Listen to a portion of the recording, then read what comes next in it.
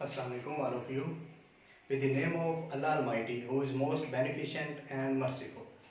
Today our topic is crystal lattice. Crystal lattice जो था, अगर आपको याद हो लास्ट लेक्चर हमने क्रिस्टलाइन सॉलिड्स की प्रॉपर्टीज पढ़ी थी। अगर मैं थोड़ा सा रिमाइंड कराऊं तो हमने क्रिस्टलाइन सॉलिड्स की डेफिनेशन की थी पहले।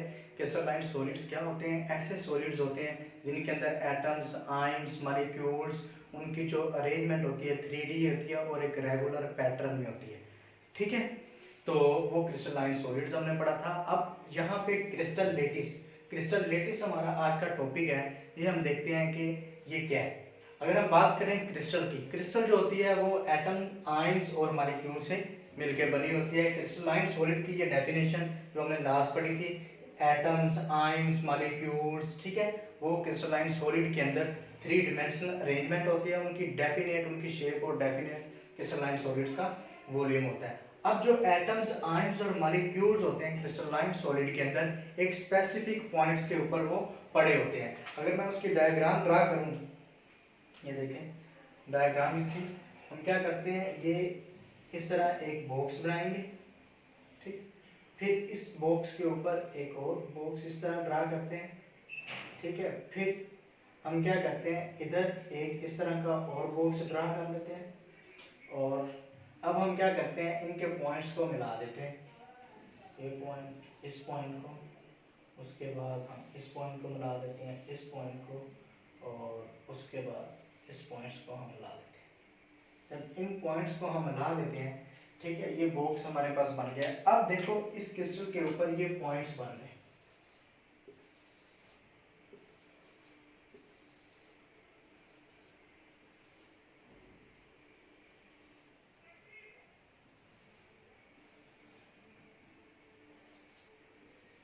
ये पॉइंट्स, अब देखो ये जो एक क्रिस्टल है हमारे पास, ठीक है, ये हमने उसके 3 यूनिट्स को ड्रा किया है, 2 यूनिट को हमने उसके ड्रा किया है। जब यूनिट्स को ड्रा करते हैं तो हमने ये बात की है, एटम्स, आयंस, मॉलिक्यूल जो डेफिनेट पोजीशन के ऊपर, स्पेस के अंदर डेफिनेट पोजीशन के ऊपर एटम्स, आयंस और मॉलिक्यूल्स प्रेजेंट होते हैं। ठीक है, इन पॉइंट्स, ये जो पॉइंट्स मैंने ड्रा किए हैं, इन पॉइंट्स को हम कह देते हैं लेटिस पॉइंट या लेटिस साइट्स। ठीक हो गया। अब इनकी जो अरेंजमेंट होती है, ये पूरी एक अरेंजमेंट, इन पॉइंट्स की जो अरेंजमेंट होती है उसको हम कह देते हैं क्रिस्टल लेटिस। अब देखो यहाँ पे एक अरे हमारे पास बन रही है, ये देखो एक तरतीब के अंदर ये पॉइंट्स आ रहे हैं। ठीक है, इस पॉइंट्स को इस तरह जो एक तरतीब आ रही है इसको हम कह देते हैं अरे। अब देखो क्रिस्टल लेटिस की हम डेफिनेशन अगर देखें तो इसके अंदर क्या, क्रिस्टल लेटिस इज एन अरे, ये एक अरे है किन की, पॉइंट्स की। ठीक है, ये जो पॉइंट्स हैं ये किसको रिप्रेजेंट कर रहे हैं, एटम्स, आयंस और मॉलिक्यूल्स को ये रिप्रेजेंट कर रहे हैं। ठीक है, इनकी जो डिफरेंट साइड्स के ऊपर जो अरेंजमेंट है 3 डिमेंशनल, इसको कह देते हैं क्रिस्टल लेटिस। क्रिस्टल लेटिस क्या, मैंने बताया अभी कि ये जो हमारे पास पॉइंट है, ये क्रिस्टल के हमने यूनिट्स बना दिए हैं, 2 यूनिट, उन यूनिट्स के अंदर इनके ये पॉइंट्स हैं और इन पॉइंट्स के ऊपर आयंस, एटम्स और मॉलिक्यूल्स पड़े होते हैं। अब इनकी ये जो एक पूरी तरतीब बन जाती है इसको कह देते हैं क्रिस्टल लेटिस। उसके बाद हमारे पास यूनिट सेल आ जाता है। यूनिट सेल क्या है कि जिस तरह ये पूरा कमरा है, कमरा छोटी छोटी ईंटों से मिलकर बना है। ठीक है, जब ये ईंटें मिलती जाती हैं और पूरा कमरा बन जाता है। ठीक है, इसी तरह जो कोई भी क्रिस्टल है, कोई भी सॉलिड है, वो छोटे छोटे पार्टिकल से मिलकर बना है, उस छोटे पार्टिकल को कह देते हैं यूनिट सेल। ठीक है, अब अगर हम पूरे कमरे की प्रॉपर्टीज को डिस्कस करें तो हम सिर्फ एक ईंट की स्टडी कर लेंगे, उससे हमें पता चल जाएगा पूरे कमरे की प्रॉपर्टी क्या है। अब यूनिट सेल जो होता है ये क्रिस्टल लेटिस का सबसे छोटा पार्ट होता है जो पूरी क्रिस्टल के बारे में हमें इंफॉर्मेशन देता है। ठीक है, यूनिट सेल क्या है, ये स्मॉलेस्ट पार्ट है क्रिस्टल का जिसके अंदर पूरी प्रॉपर्टीज होती है एक क्रिस्टल की। ठीक है, तो उसको हम कह देते हैं यूनिट सेल। अगर मैं यूनिट सेल को बनाऊं, डायग्राम उसकी मैं भी ड्रा करता हूं, उसके बाद ये जो यूनिट सेल्स होते हैं ये सारे बार बार मिलते जाते हैं, रिपीट होते जाते हैं, मिलके क्रिस्टल बना देते हैं। ठीक है, अब देखो यूनिट सेल को अब कैसे ड्रा करोगे, इस तरह हम एक बॉक्स बना लेते हैं ये, ठीक है, दूसरा बॉक्स ये हम ड्रा कर लेते हैं। अब हम इनके पॉइंट्स को आपस में मिला देते हैं।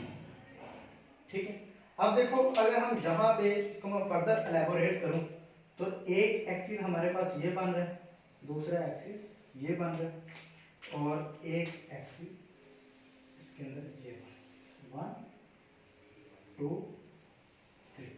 अब ये जो है ये एक्स एक्सिस, ये वाई एक्सिस और ये जी एक्सिस। अब इन एक्सिस को मैं नाम से रिप्रेजेंट कर देता हूँ। ये तो हमारे पास आ रहा है ये ए एक्सिस हो गया, इसके पैरेलल जो आ रहा है ये भी ए एक्सिस हो गया, और उसके बाद ये भी ए एक्सिस हो गया, और ये वाला भी ए एक्सिस हो गया।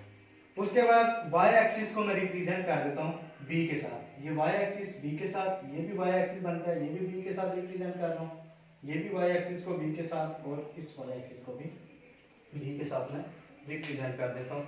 उसके बाद अगर हम बात करें जी एक्सिस, ये जी एक्सिस है, इसको मैं सी से रिप्रेजेंट कर देता हूँ। उसके बाद ये भी हमारे पास जी एक्सिस है, इसको भी सी से रिप्रेजेंट कर देता हूँ, इसको भी सी से रिप्रेजेंट कर देता हूँ, और इसको भी हम सी से रिप्रेजेंट कर देते हैं। अब देखें यहाँ पे एंगल एक क्रिएट होता है, इस एंगल को कह देता हूँ अल्फा एंगल। ए और सी और बी के दरमियान जो एंगल बनता है उसको कह देता हूँ अल्फा। सी और ए के दरमियान जो एंगल बनता है उस एंगल को मैं बीटा कह देता हूँ, और उसके बाद ए और बी के दरमियान जो एंगल बनता है उस एंगल को कह देता हूँ गैमा।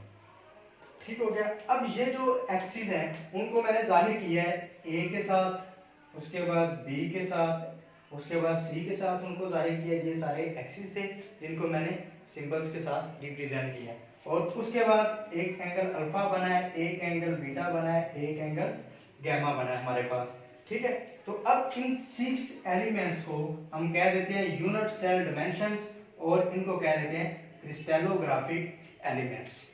ठीक है, ये क्रिस्टल को हम रिप्रेजेंट करते हैं। अब ये मैंने एक यूनिट सेल बनाया क्रिस्टल का।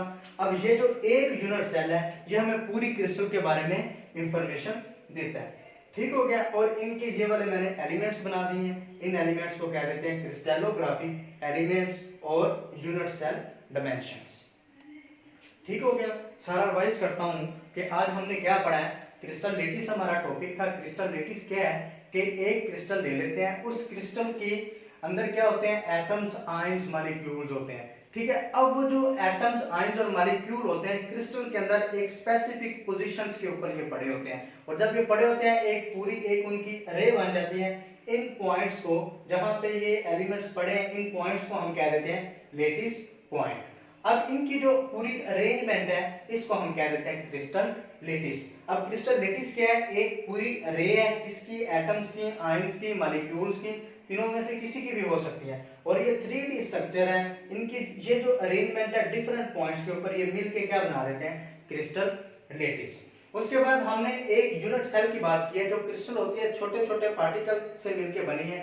एक जो उसका छोटे से छोटा जरा होता है उसे हम कह देते हैं यूनिट सेल। अब जो उसका यूनिट सेल होता है वो उस पूरी क्रिस्टल के बारे में कंप्लीट इंफॉर्मेशन हमें देता है। Smallest part of a crystal lattice has all characteristic features of entire crystal is called unit cell. यानी पूरी एक क्रिस्टल हमारे पास, ये जो यूनिट सेल है ये स्मॉलेस्ट यूनिट है, और ये हमें क्या करता है, पूरी क्रिस्टल के बारे में इंफॉर्मेशन ये हमें प्रोवाइड करता है। जब ये यूनिट्स बार बार मिलते जाते हैं, मिलके एक फुल क्रिस्टल बना देते हैं। ठीक है, फिर हमें उस पूरी क्रिस्टल की स्टडी करने, पूरी क्रिस्टल की हम अलग अलग स्टडी करें, इसलिए हम क्या करते हैं कि यूनिट सेल की स्टडी कर लेते हैं, तो हमें पूरी क्रिस्टल के बारे में इंफॉर्मेशन मिल जाती है। अब ये मैंने क्रिस्टल का एक यूनिट सेल बनाया, उस यूनिट सेल के अंदर फिर मैंने एक्सिस और एंगल को रिप्रेजेंट किया। ये जो एक्सिस और एंगल हैं इनको कह देते हैं crystallographic elements. That was all about today.